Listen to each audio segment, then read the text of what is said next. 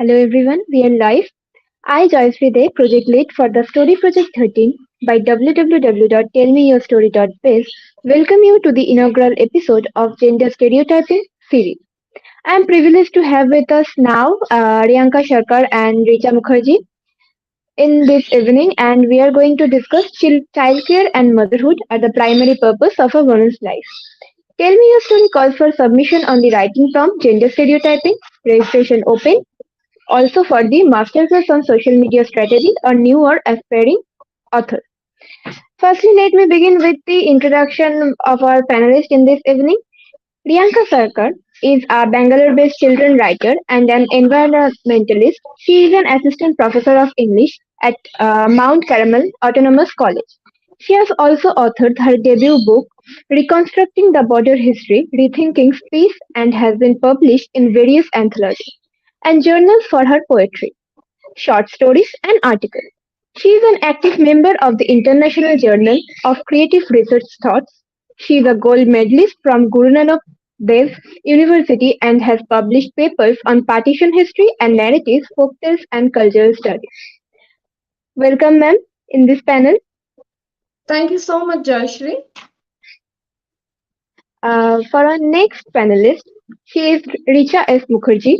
Richa S. Mukherjee is a TEDx speaker, an award-winning writer, ex-journalist, and ex-advertising professional. She is the author of four novels.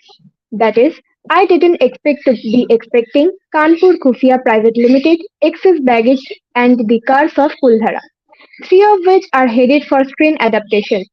Her fifth book, a cozy comedic thriller, will be launched in October. She is a blogger, a travel writer, and online platform. Her words have appeared in popular newspapers such as Times of India, Midday, The Asian Age, New India Express, The Bombay Times, Hindustan Times, and more. Rolling Stones in magazine India featured her as part of a Women in Creative initiative in 2023, and she served on the jury for the South Asian chapter of the Ladi Media and Advertising Awards for Gender Stereotyping. A serious champ and a blog chatter and Cool Kanya mentor, she has authored e-singles, anthologies, and audiobooks. Ma'am, welcome to this evening.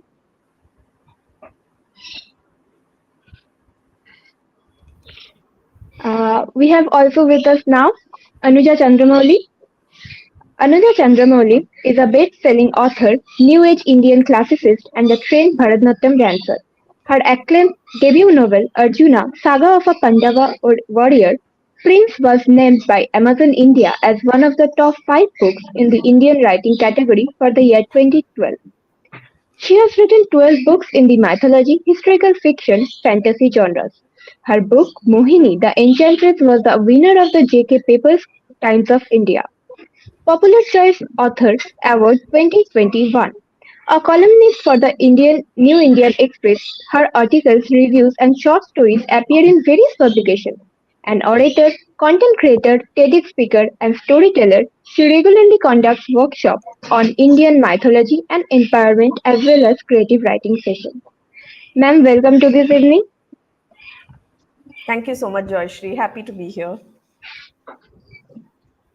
Hi, Anuja. So for the Hi, Richa.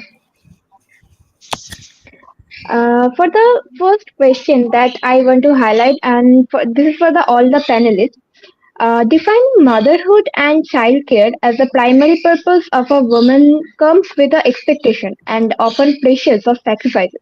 Would you like to cite certain memories that you may have experienced in your life or observed in others' life, which you believe are important to be shared in this context? First, tell me your story, Anuja ma'am. Yeah, I think when it comes to being a mother, I think there is so much unfair pressure on a woman.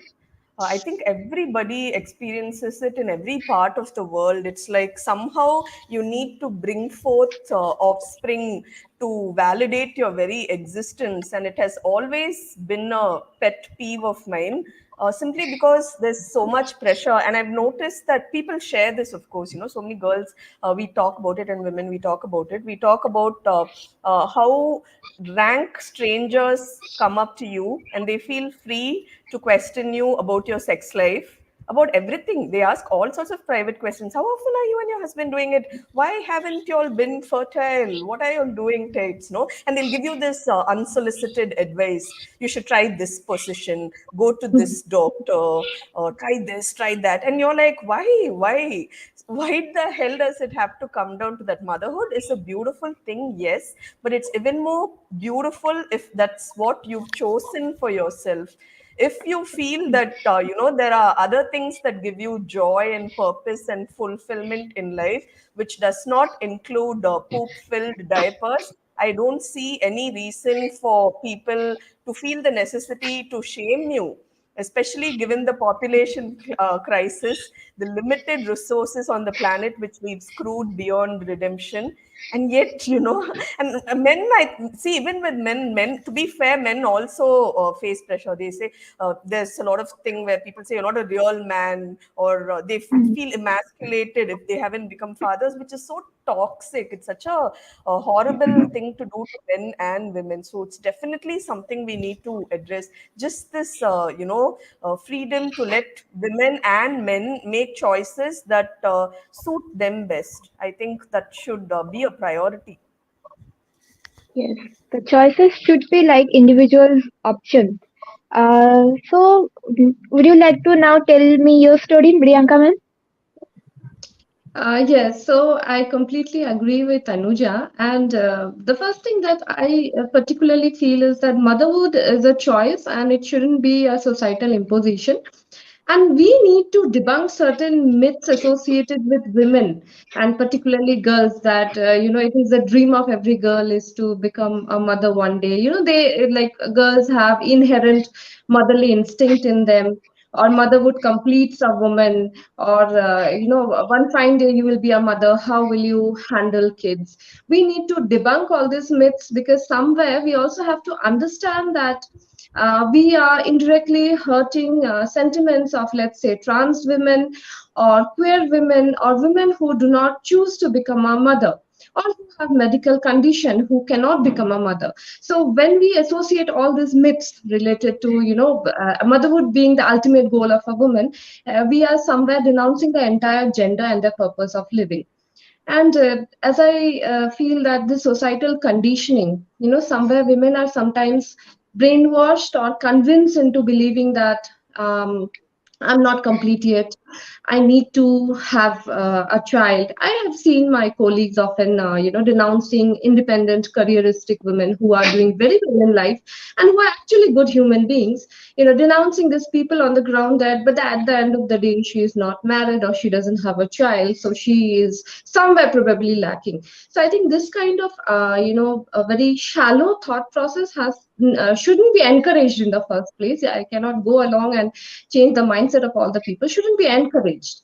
And the practice of women, what do you call it, given the fact that urban women nowadays are opting out of not having a child due to demographics, and also the fact that there are a lot of other criterias. You have to be physically, mentally, and emotionally, as well as financially independent, because you may not find support every time. So, I have seen many of my friends and colleagues who have lost their job in workplace while they were pregnant or after they have delivered the child. So, this assumption, and also as a woman, I think we get asked the first thing in the workplace is that, are you married? Which goes for the series of questions that, okay, if you're married, then you'll have a child. If you don't have a child, you will have a child soon, and then the maternity leave will start. So, I think these are certain things which are really, really troublesome, bothering, and pressurizing for women.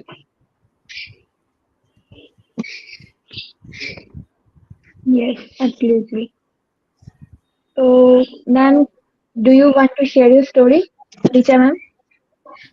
Yeah, so when Anuja was speaking of of rank strangers walking up to you and dispensing of this inane and strange advice, I just thought of this friend of mine, who's a Tamram. And she and her husband have systematically and methodically over the last 5 to 6 years been fooling their in-laws, the parents and the in-laws, because they wanted to have children. I know whenever we have these conversations, we sit and laugh about it, but they have this whole plan in place, and every single time they meet, it's about giving them a one new excuse, one new tale, and they've been doing this for years and years. And we laugh and tell them, why can't you just have a conversation? And they said it's just easier to make up these stories, and they know that this is some sort of a dance that's happening between them. And it's crazy, but this is something that happens in a lot of families as well, and this is clearly not something that is up for discussion. So over and above the very relatable things and very universal sentiments that Rianka and Anuja have been speaking about, and the this whole period that is I think uh, that features a lot of highs and lows and a lot of extremes. There's something that always comes to mind when I think about my own time.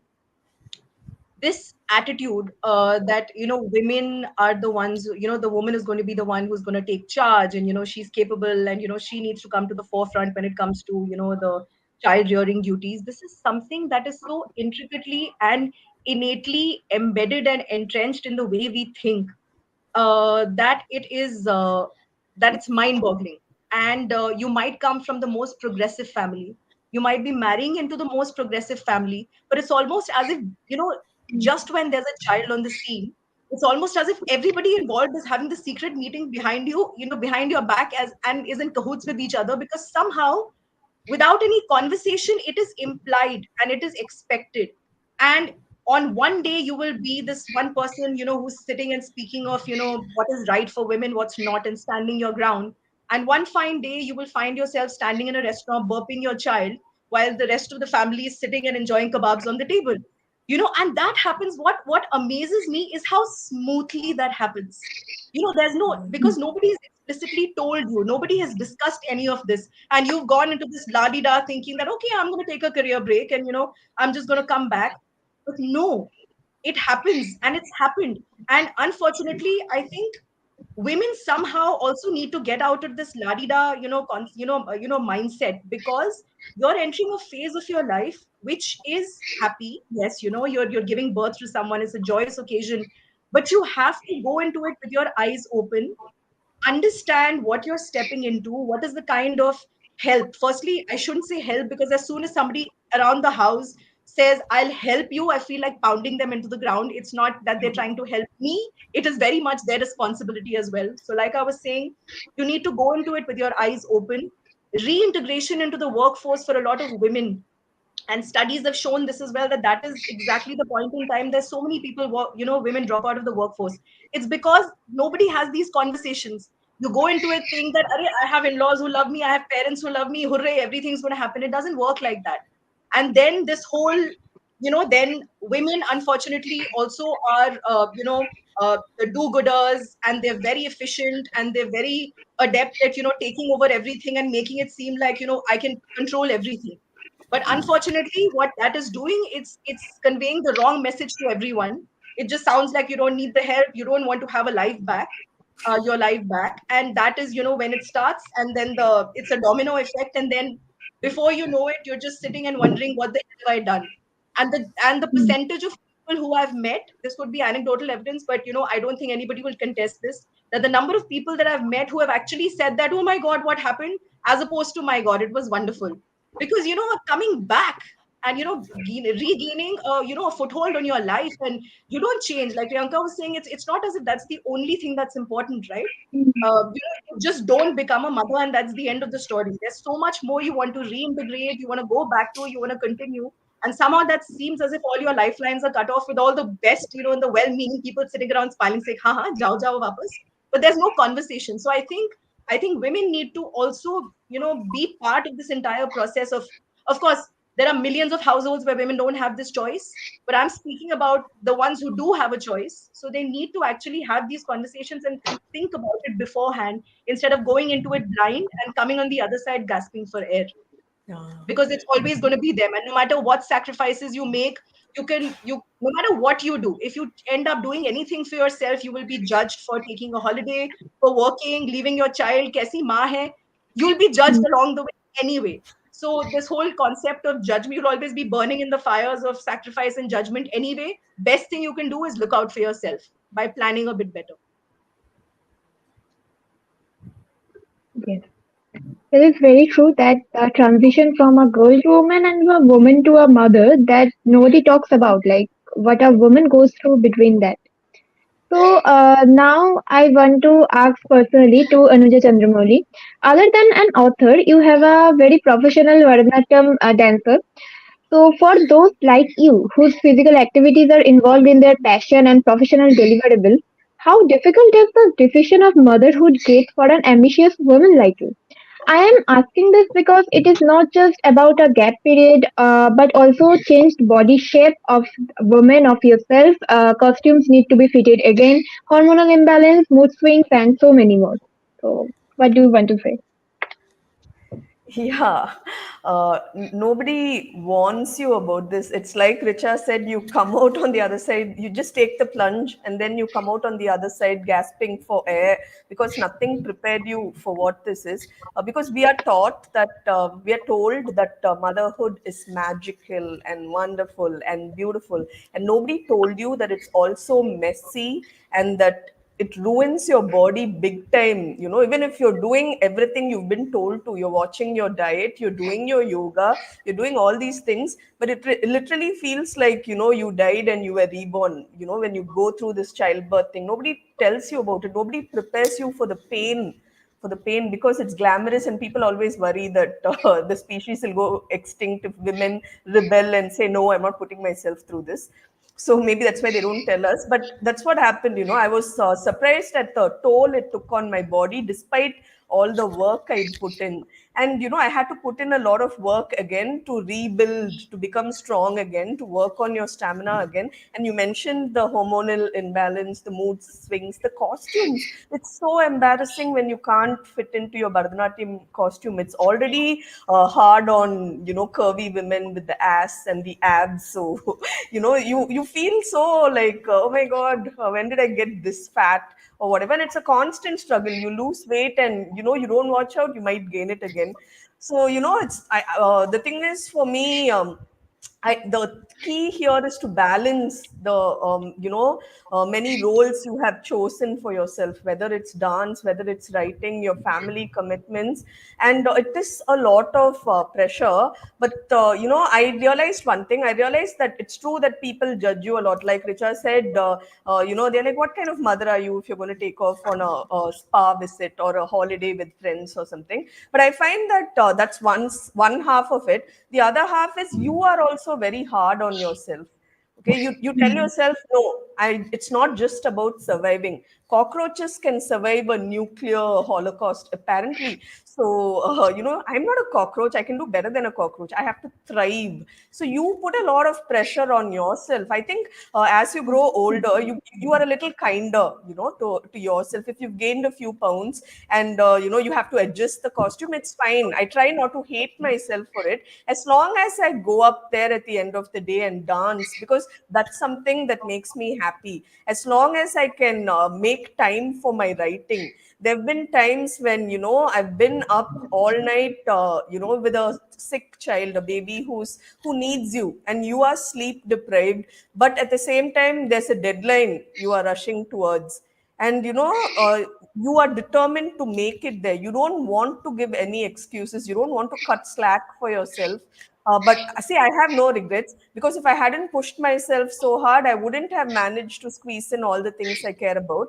But now I'm also I don't judge myself, and I genuinely don't care if people I don't feel answerable to anybody, because I answer only to myself. I like to do the motherhood thing my way. I like to do balance my career my way. So it's like that. It's become like that. I'm the queen in my land, my rules, and I'm very happy with that space. Anuja, But you're don't you think like sorry, I'm butting in here, but the way Anuja is articulated, I know somebody would call you a very difficult woman. She likes doing too many things her way. The difficult woman. Yeah, No, those but are the that's best the kind. thing, no. But that's the thing. I actually, on the one hand, you have people who will call you difficult, like Richa said, attitude or whatever. On the other hand, I have a legion of admirers, who reflect the part of me that admires myself, and the other half reflect the part of me that's impatient with me. So I kind of don't mind either way, because I told you, you shouldn't get carried away with the applause when you get it, and the brickbats which come your way, don't bother about that all. So because it's inevitable, you'll get both. On the one half they'll say, my god, you're a rock star. On the other half they'll say, yeah, I'm sure she's a bitch on flats. Whatever. Because I don't wear Okay. heels, I don't want to mess up my knees. So yeah. Yeah. So like at the end of the day, like everybody once in a lifetime suffers from the body image issue. And so my next question is for Rianka Sarkar. Ma'am, what role can education play in reshaping societal perception about the purpose of a woman's life? As a professor shaping adult minds, how do you contribute forward a change? It will be inspiring if you cite some real life instance for our audience. Tell me your story, ma'am. Well, you see, education in our society is often considered synonymous with having a degree, which is a big misconception because I've seen people who have big time degrees and all who are not at all empathetic and understanding about others or issues or problems related to basic things in life. So for me, education is basically about having knowledge that will make you humble, have empathy, and change your perception in life, which makes you accept differences, accept each other, and not expect people to behave in a similar way. So I think being an academician, I have seen each generation, pass out with a different mindset, and I'm very happy that the thought process in this generation is way more liberal. They are more accepting when it comes to the gender. They understand each other. They are open to de-stereotyping the gender roles and stigmas associated. So, the biggest thing that I feel as an academician is to impart in young minds to understand responsibility, which, later on in life will, help them to understand probably responsibility associated with marriage or motherhood or choosing what is right for them. So, one thing that, I somehow believe and I always tell everyone, whoever I'm interacting with is, never take any decision depending on others. I'll be getting help from this person, so let me get into it. I'll be getting help from so and so, let's say neighbors or family members. You have to take a decision based on your own potential, and I think it is largely applicable in motherhood. So the day you realize that I have some compatibility, physically I'm healthy enough, emotionally I'm strong enough, and financially I'm well off, which is very important because this is a time we all undergo an economic crisis. So these are the things we need to keep in mind. And it's also good that I don't want to always give the glamorous side of pregnancy, which the society will always talk about motherhood. Oh, it's the best phase of life, you will get glow in your face, all kind of things, you will find it everywhere. There's also a darker side, which is largely associated probably with the parents only and with the mother. For instance, the postpartum depression a woman has to undergo. So you need to be prepared for it, right? It shouldn't come as a sudden shock when you start to feel suicidal. And the fact that things will change, your body will change, your lifestyle will change, the sacrifices, and maybe you need to change your job, you need to change a lot of other things, mood swings. So I somewhere probably to young minds and all, I want to inculcate all these things, if not directly, probably in an indirect way, that these are the things you have to understand. Look into the darker aspects of life as well before you take a very vital decision, because I always believe that a happy mother can make a happy child, create a happy environment more than anything else. A good education given to the child, or you send to the best school, or give the best clothes. It's very important to keep the child happy. And therefore, the mental state of the mother is very important. You need to be happy to create the happy environment. Yeah.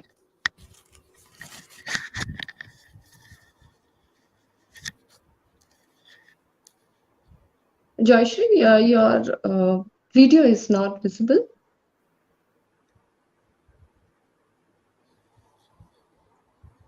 think Joyashree is trying to reconnect, maybe. Okay, okay, Yeah, I think. yeah.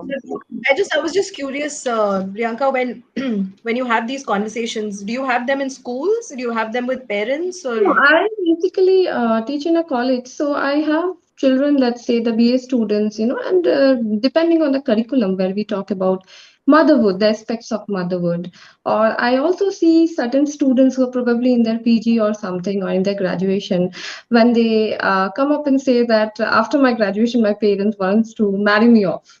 It's the right suddenly pushing them to believe that they are an adult. sure? And And is I there like typically any that. resistance? Oh, yeah, one sec.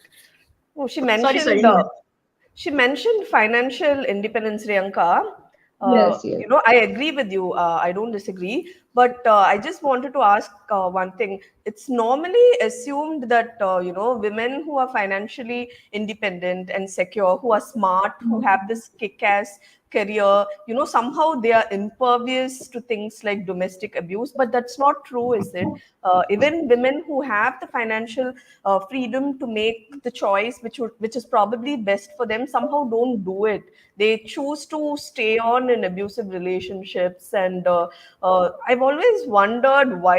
It can't be just the conditioning, right? That you can't be the one to break up the family, or what is holding us back It's in this also whole that it's progressive liberation? really difficult to walk out. I think if you look into our childhood, maybe the millennials or even all the generation, what I have seen, see, we have been taught everything to adjust, to compromise, to learn, to sacrifice, to love, except for the fact that do not tolerate disrespect. Learn to walk out when there's a these boundaries have not been taught to us. That learn to walk out, this walkout thing is considered to be so derogatory that if you discuss it with friends or anyone else, they will consider you as a fallen woman. That she's talking about things, she's talking about breaking. She is not looking into mending. So traditionally, women have always been seen as a mender. We are supposed to build. A generational traumatic family where everyone is fighting. One fine day, the bahu comes and she will mend everything. She will, bridge the gulf. And if you have seen this Neetu Kapoor interview, which is going viral, where she said that a bahu comes with a Caesar or a needle and thread, like how sexist a woman can speak. What do you think? Your family, you cannot keep it apart. You expect some other woman to come and, build it, or, or is your family so And become a fragile darzi that a and either person stitch comes? it or cut it. Yeah, it's Yeah. ridiculous. No, but Yes, So that's I so what think this Anuja, this things is are also happened. Sorry, I think there's some audio lag, so we're speaking over each other. Sorry, you were saying? yeah, yes, so since this kind of things are Joyashree. like applauded. If you see, like all over the internet, I could see, oh, what a brilliant statement she has made. Look into the in-depth. What is she hinting at? That means if the house collapses or there's a fight, you can nicely blame it on somebody. No, and I think there's this, there's always a concept which, in its intention, is correct, but somehow where it goes and what form it takes, it's completely beyond what expectations, and that's something that's happened with you. Be you, express yourself, say whatever you want, you be you. So Neetu Singh was just being herself, but I think at the end of the day, there's a whole lot of ugly aspects of the way society thinks and the way people think that is actually coming to the fore now. And women are always in the crossfire. Hi, Okay, Lakshmi is back Joyce. now. Yes, ma'am.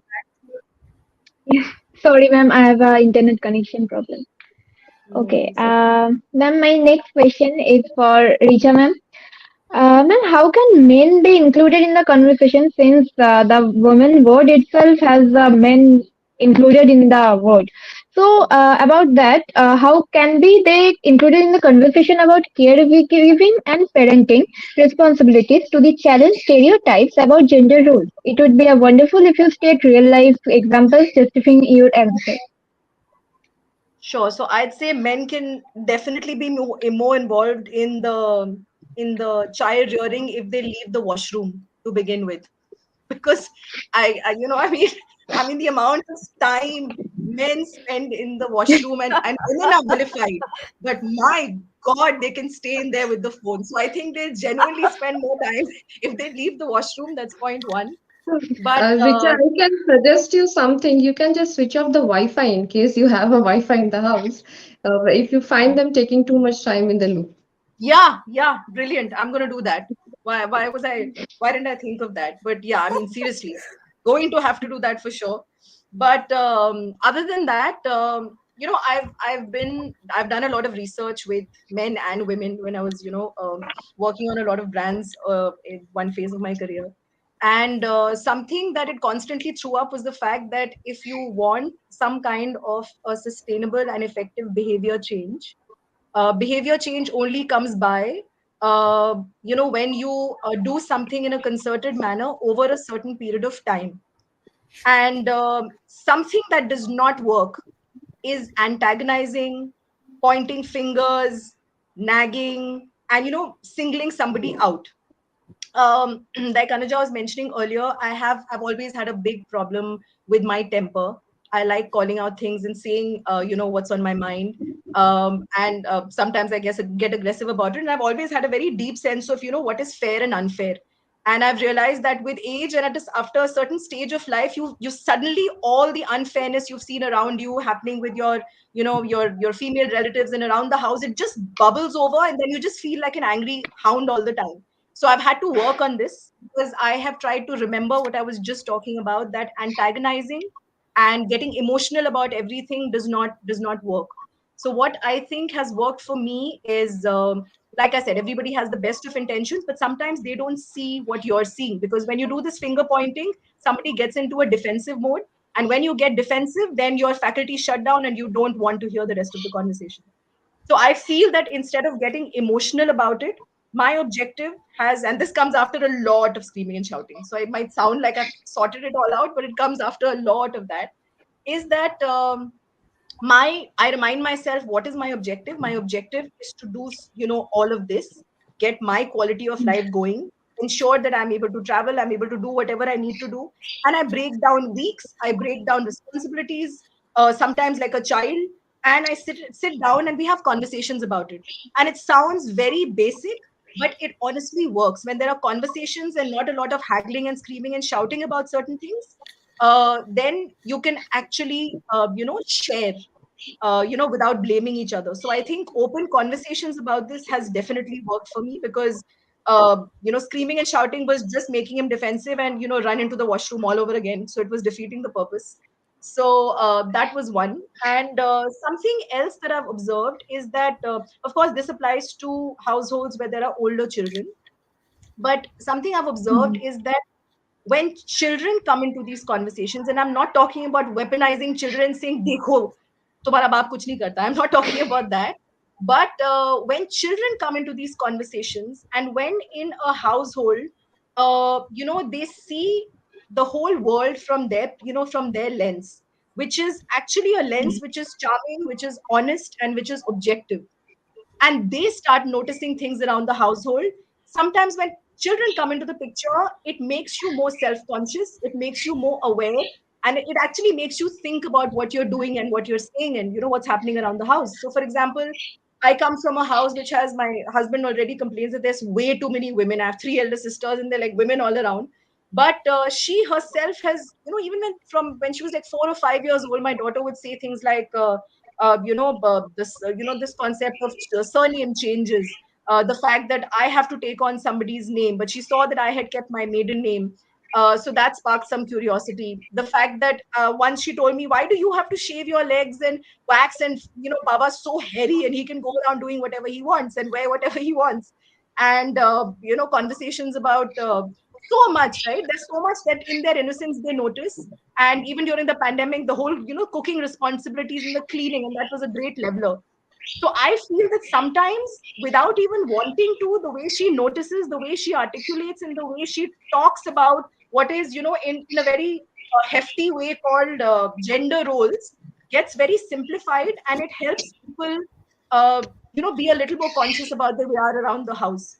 So whether it's the mother-in-law, whether it's the husband, it makes everybody more conscious of their role. in the entire scheme of things. And it makes them, these conversations are not meant to be had between just men and women shouting at each other inside a room. I think this also needs to happen in a more inclusive way, and that becomes a little more sustainable, and it becomes a way of life as opposed to just pointers which you're haggling and arguing about day in and day out. Okay, that's a very good suggestion. The inclusion must be there. Okay, now Anuja ma'am, have you attempted to break gender stereotyping norms or suggest modification in social beliefs in your books? Please tell us about the opportunities that you have created as an author for rethinking and behavioral changes.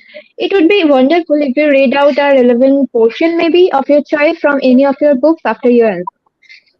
Yeah, thanks, Joyashree.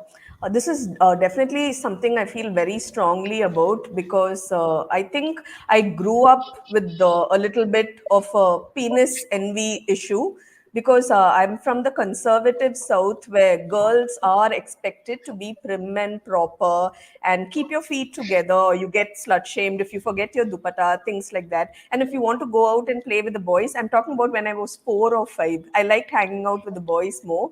I was a tomboy who liked climbing trees. So, I'd get scolded for things like that, even by well meaning individuals, no, because they felt this is a girl's place. So, this is something I've pushed back against all my life. So, it's reflected in all my books, whether I've chosen a male or female or gender fluid protagonist. This is something which will come up where, traditional roles of masculinity, femininity are questioned at every turn.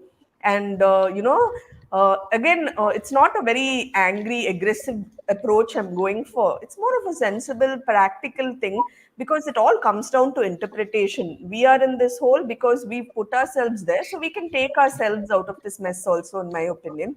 And I think, for as an example, I think Mohini, the Enchantress, would be the book which was really, in my opinion, I really managed to achieve what I had set out to do, which was establish that gender as well as sexuality were always considered fluid. It wasn't like very the way we label and tag everything today. And we kind of, there will be a section of the right wing who point to our culture, our traditions. And when you study mythology and when you dispute that claim, because the ancients were a lot more progressive than they are given credit for. So there's so much in the Padma Purana where take Mohini herself. She is Vishnu's feminine avatar.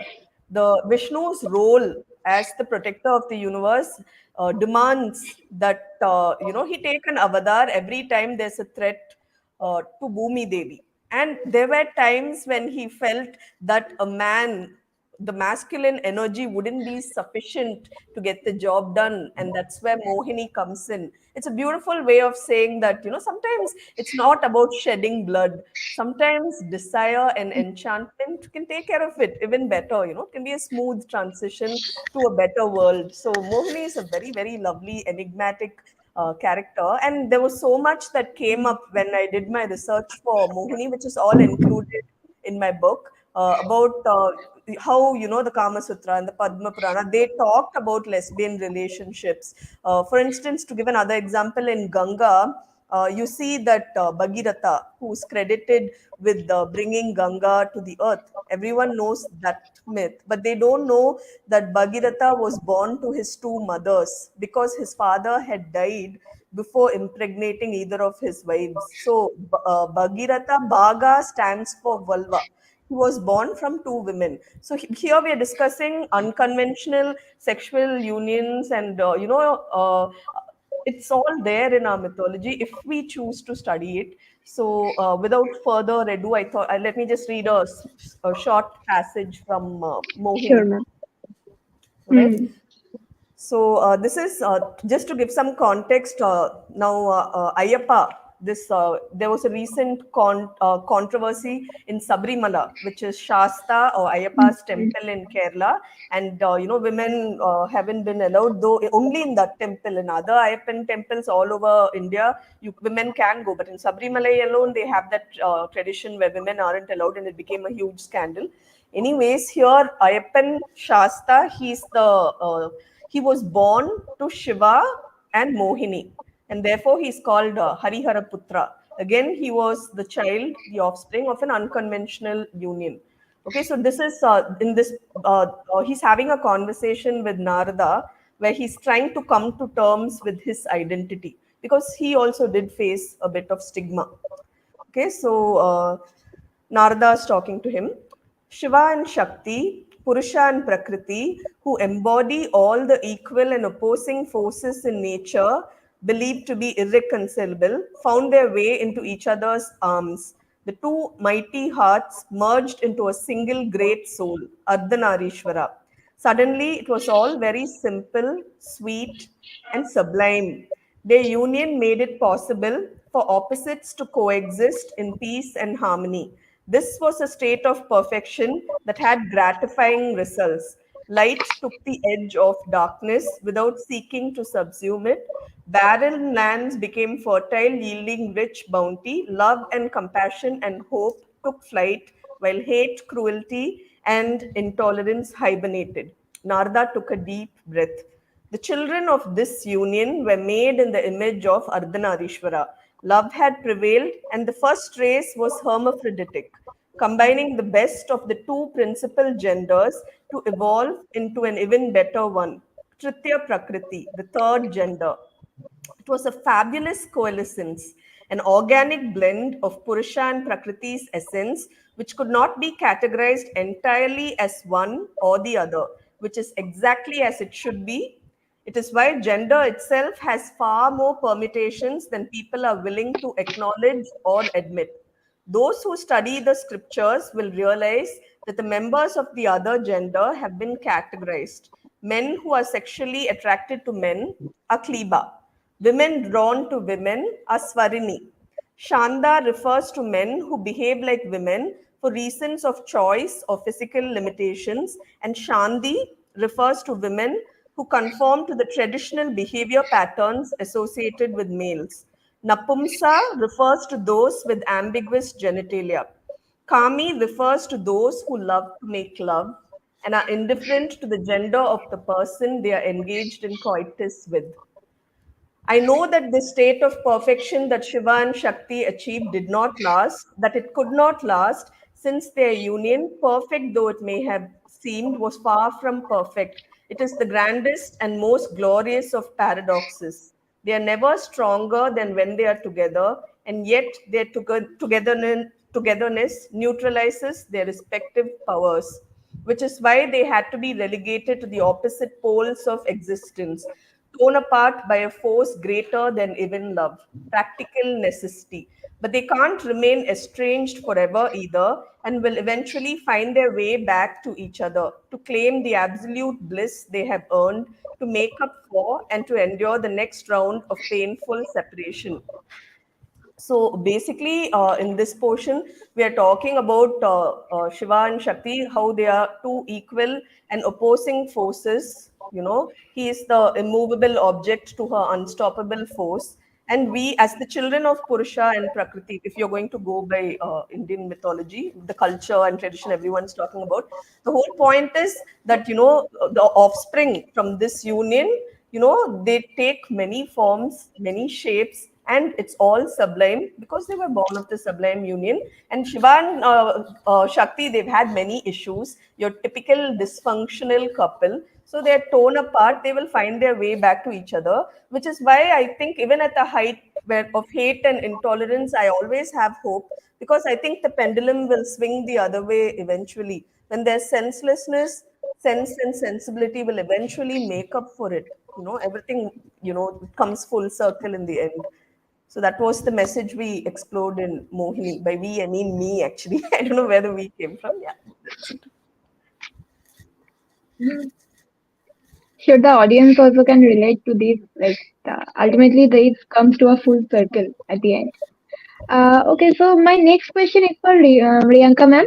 Ma'am, what role do support networks, both within families and communities, and play in shaping women's choices regarding motherhood and other life pursuits? Also, the society often considers the father as a part of the support network, not like the main character. So, do you think this is changing now? Can you just shortly tell us from your experience or anything? First of all, you will find in terms of suggestions in the Indian scenario, I think our society has a typical tendency to give unwanted suggestions and advices, and mostly this kind of suggestions come from people. If you just notice, they will be highly responsible and who do not have a vision. For instance, I think I was told by a random neighbor, who said that we are there to help, we are there to take care of the child, we will be there. This is something we need to come out and understand that you are each other's support, because when you decide to have a child, it is the husband and wife who primarily holds the biggest responsibility. If you are privileged, you can get help from your parents or in-laws, and you cannot demand them to help given the fact that they have undergone the similar phase in their life. It's a very tedious process. So as a mother, if you are struggling through it, imagine they have also gone through the process, and probably they are not ready to take the responsibility once again. Probably they are in a stage they want to retire and live a a comfortable life.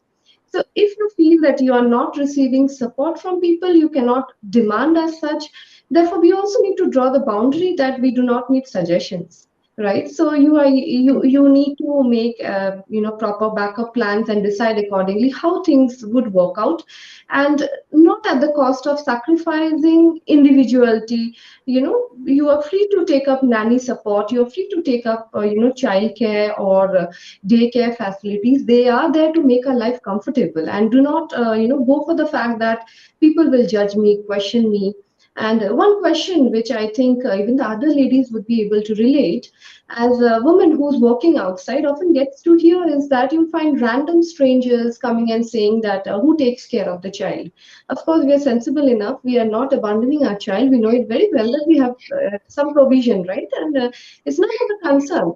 So these things people need to understand, that as a young parent, we have a lot of responsibility, trouble, and pressure, and this thing needs to be shared equally. And also, I feel that parents, if yeah, young parents, particularly young couples, and even families, they are oriented to understand how this childbirth thing can create sometimes disparity. For instance, the compatibility, the sexual compatibility decreases with the desire in women often decreasing because she is perennially exhausted from childcare or maybe breastfeeding, which this kind of things, one has to be prepared so that it doesn't come all of a sudden that my wife is distancing herself from me, or my husband is not being caring enough, because I think that is a phase when you go through intense mood swings and upheavals for no reason. So these things, if we are oriented and prepared beforehand to understand that these are the circumstances that will arise, a lot of our issues and problems can be meted out, sorted out, and it can be smooth. So, what if I had to suggest people about childhood and parenting? I would say that this is indeed a very tedious process. This might be very beautiful and happy moments, but as a mother, there will be time when you will be extremely angry. It is very normal. So let us normalize the fact that as a mother, there will be time you will be very angry with the child. You might even, use a lot of words, use a lot of things. You might be angry with each other. So we have to normalize. These are like part of the life. Absolutely, ma'am. Ma'am, my next question is for Richa Mukherjee. Your books often have humor as a very core term of your story. How are the fathers and mothers in your books?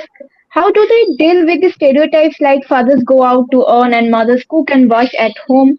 So it would be wonderful if you read out a relevant portion of your choice from any of your books after your answer.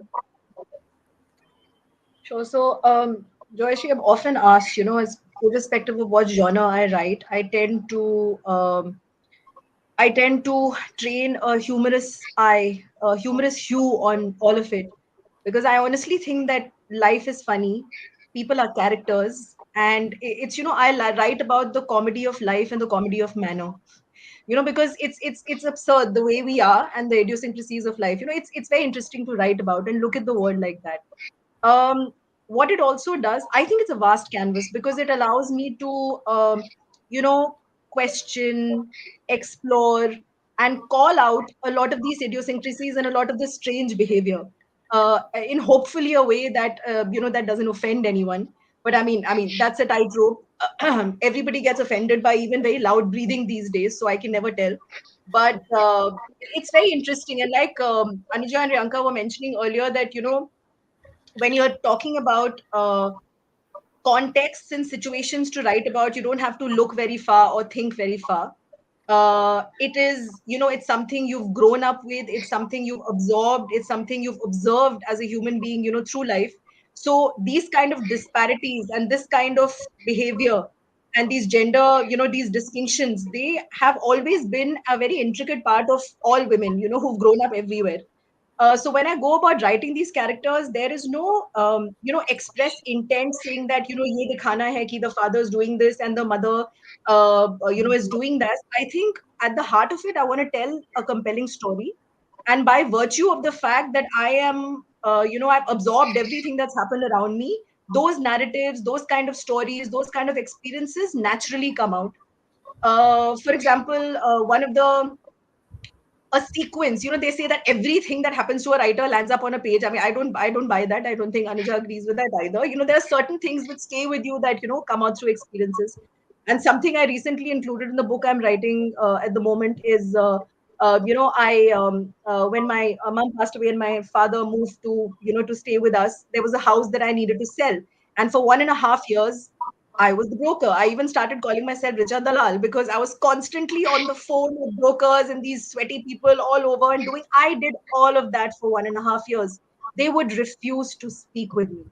They said, "आप अपने husband को बुलाइए, आप अपने भाई को बुलाइए, आप अपने father को बुलाइए." And it was so frustrating. And my daughter used to see me through all of that. I did all of that. I went to the court and I was sitting there trying to sign. The owner, the guy who had sold it to, wouldn't even look me in the face. He had a mithai ka dabba and he looked at my husband. He said, "Aapne bahut mehnat ki." I wanted to just give him a chata. And I was like, dude, I'm not invisible. I'm the one who did everything. So this is also somehow, found its way into the book I'm writing right now. If I had to speak about the ones that I've written, Kanpur Khufia Private Limited is the story of this small town detective with big dreams. While he's in the forefront of the story, the backdrop is he's part of a very traditional household, and that is the reality of many women and many people, right? You might have won the flights of fantasy, but you're rooted and you're tethered to some other reality. So I've shown these women, his wife is supposedly, this sweet little bahu from Delhi, but she doesn't give a crap about what anybody thinks. She runs the other detective agency with him. He can't think straight without her. So she's a very integral part of his life. There's a father who runs, who's like the guy who's controlling the house, but his wife, his mother, everybody within those traditional constraints, take their own leaps of fantasy and, flights of fantasy and do whatever pleases them. So that is another, that was another way for me to show that, this might be your reality. But if you want to do something and if you want to live your life in a certain way, you can, move around whatever, structure you are part of, and you can do what your heart desires. And that is something that hit home with a lot of people, because that is a reality from. And I tend to write meaty hearty stories set across various social milieux of India. I love writing about small towns and small cities because there's a lot of charm, and along with the charm come all these realities and restrictions. So I tried to show that picture and have a lot of interesting conversations through those characters. Another book of mine which I wrote was Excess Baggage, which was a story about a mother and a daughter. It's almost as if it's a disease. Both have gone through divorces. So they're looked at as those women, oh my God, it's, khandani problem hai. They're all, getting divorces. And people do think like that, it's strange. And this came about through conversations I had with people who were deemed untouchable because, they came from a small town and they had divorced someone. So, and through those conversations and through that book, again, it's a humorous book. It's about how they're trying to deal with the excess baggage between themselves But alongside, there's a constant conversation about the labels that are being placed on them, and them not calling them out. I don't think it's fighting notions is always about belligerence. It can be a quiet, interesting way of addressing all of this and making people think a little bit harder. I think that's another way in which you can make people change their minds or be conscious of the way they're thinking. So that's the way I like to do it. As far as the passage is concerned, I'm going to read a very, very short extract from my book, which is not even released. Sure. Anuja knows, and Rianka will also probably know that my publisher would chew me out, but I want to read because it's very topical. I was just doing my proofs today. It's a very tiny passage, and the reason I want to read out is, we're talking about this external world that is always judging you, but a lot of that judgment happens inside your family as well, and children judge. For God's sake, this is something that came to me, and we thought that, there's nobody who loves our mom the way we do, and we saw her suffer for so long. We sat and actually discussed that we never cared about, what kind of life she had. There were these clear roles. We never thought there was any kind of anyay happening at home, but my God, we didn't care.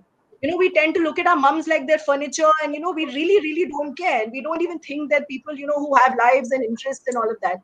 So this excerpt that I want to read out is from the point of view of this teenager who has, who's beginning to look at her mother in a different way and questioning the way she looks at her mother because of a whole host of circumstances and things that have happened. A very short piece. And the fact that her mother moves around with this whole bunch of women who are, termed these boring aunties, around this society. That's another very strange label I've always found. 30 के बाद आजकल तो 28 के बाद भी you're an auntie, 25 के बाद भी you're an auntie. मतलब I don't understand. ये auntie has suddenly been imbued with so much meaning, right? That it's very confusing. That who exactly is an auntie? So yeah. So she's speaking aloud to herself. I am so confused. Who is she really? It makes me wonder how we are so used to treating our mothers like reliable wooden furniture, which requires minimum maintenance, that we often forget to look any deeper. You know, when she was talking to me, she had fire in her eyes, like I had never seen before. Sure, I was shocked out of my mind, but I felt warm in the heat of her protection. I always used to think that my mother was too mild and happy to feel any real emotion. Yet, there she was, standing like Ma Durga herself, the various shades of her personality radiating.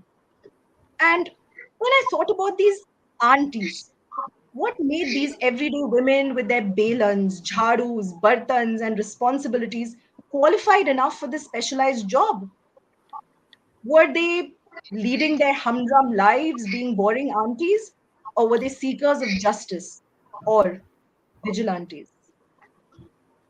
So that might be a little confusing because I give a very small context, but this is just a peek into how we don't really look at our mums like real persons as well, and it's time we did.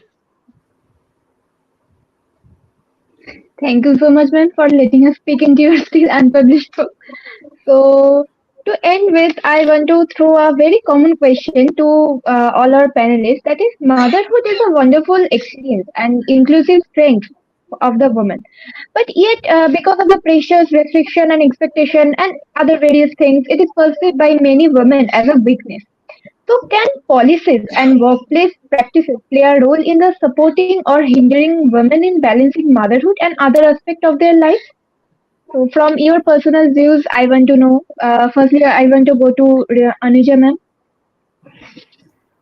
As I mentioned at the very beginning, motherhood is beautiful, it is magical, but it can also be beastly. So it's either for you or it's not for you.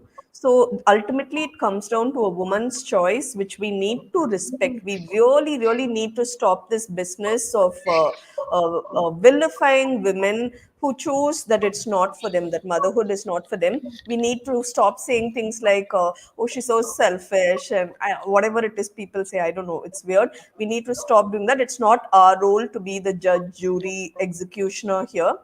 We should let people mind their own business. And regarding support for mothers, we need a multi-pronged approach.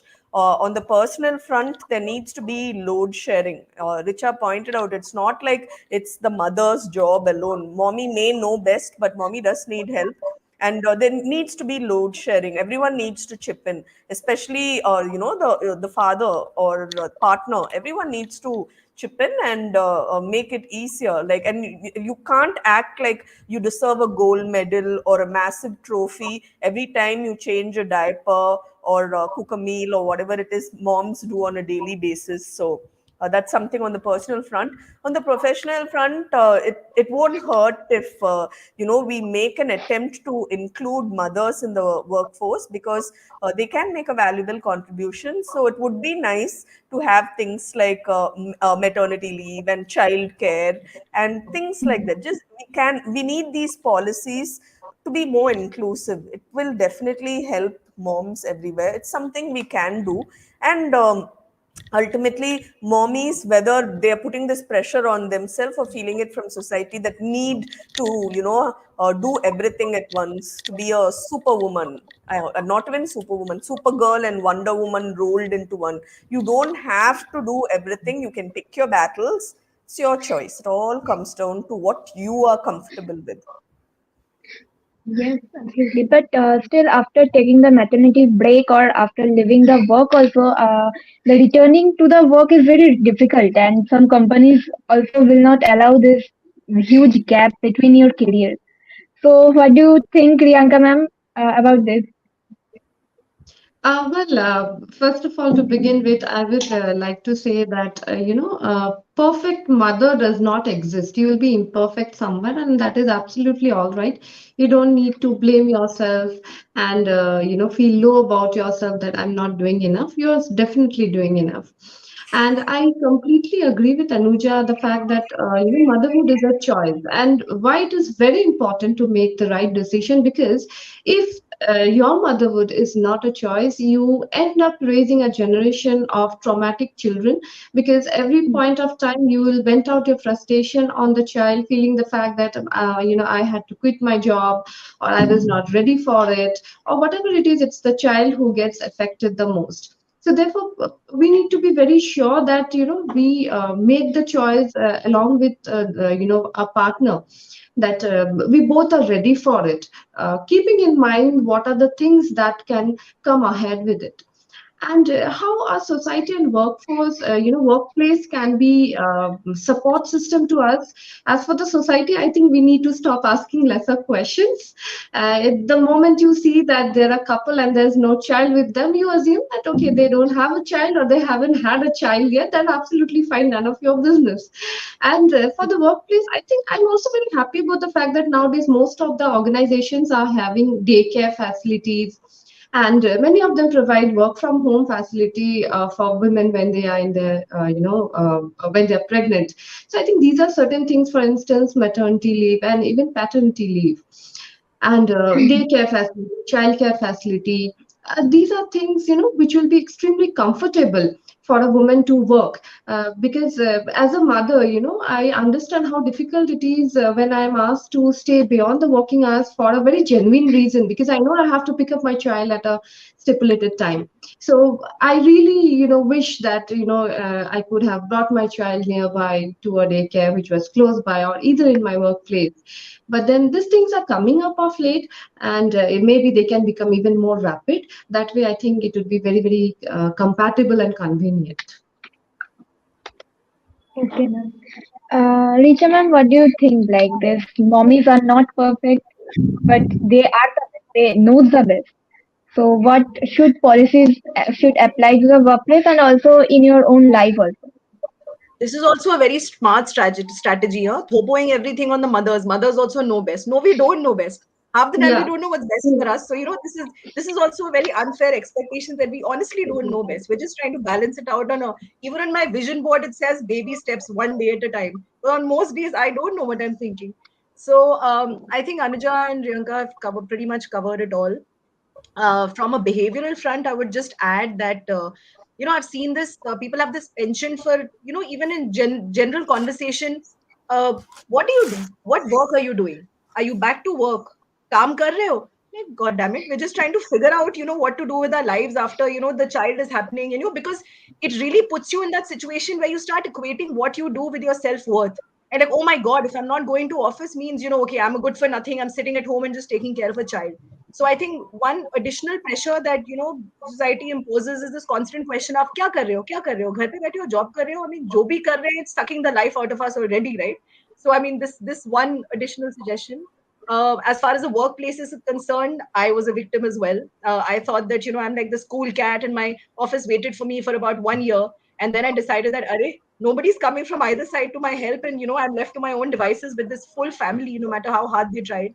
And like Rianka said, policies are changing, and the amount of maternity leave and everything has changed. There are pressures coming up, but that's for more organized industries. For something like an advertising where I came from, it was tata bye bye, because once you have the baby, you grow horns, your productivity goes downhill, you're done. Your skill set just oozes out along with your placenta. So I was so angry about it that that's my first book. Was I didn't expect to be expecting, and that was a book about accidental pregnancy, and part of it was what happens in the workplace and how they assume you're a good for nothing just because you've had a baby. You've given, you've created a life, and then you're considered good for nothing. So I mean, that's something I had covered in my book as well. And something my last point is, I know this is very utopian in a culture, and with this peculiar dynamics, own set of peculiar dynamics that India has. But how they have a pre-joining medical, what do you call that, you have to do your medical before you join any job. I think after you deliver, there should be some kind of a mental scan, like it has to be made mandatory. Because I mean, if you're like, Bambi, who's always constantly happy and chirpy, I doubt there's any woman who's gone through this entire process and come out of it going, hoorah, I love life, right? So you're going through something or the other. I had no idea about postpartum depression, and I only realized when I was sitting at home. I looked at the rain and I was crying. I was looking at a karela, I was crying. I was looking at a cup and I was crying, and I'm like, what's going on? I had no idea how to articulate this as well, like what's happening to me. I thought I was losing my mind. So I think that this kind of a mental, you go for all the checkups where you're checking your stitches and sitting on donuts and all of that, and somebody's checking up on your child. But doing a scan in terms of, and somebody, either there has to be somebody who's talking to you in your family, or if you can turn to an expert or somebody, and just ensure that those couple of months when you're trying to make sense of the world around you, there is somebody who's telling you that it's all right, and it's okay to feel this way. Because a lot, we're self-flagellation experts, we're always constantly being hard on ourselves. And this patch, I think, is before you're reborn as a mother, and you have a normal life, it's a very, very hard patch. So I mean, I think all of us could use that help. I think Thank you so Joyashree much, is totally, she has received all outputs from women about motherhood, so she is totally in a Oh yeah, state. she's like, I'm ready. Yeah. If you want. Exactly. I have taken a lot of pointers from all of you that I will include later in my life for sure. Thank you, Richa ma'am, Rianka ma'am, and Anuja ma'am for this very exciting evening as well as insightful conversation and for your time in this evening. By this, I want to end this conversation, unfortunately, because this conversation can go on, but this night can't. So, Tell Me Your Story calls for submission on the writing prompt Gender Stereotyping. Registration are also open for Masterclass on social media strategy for new or aspiring authors. We hope to hear from you soon. Till then, stay well, stay happy, stay together, and good night. Thank you, ma'am.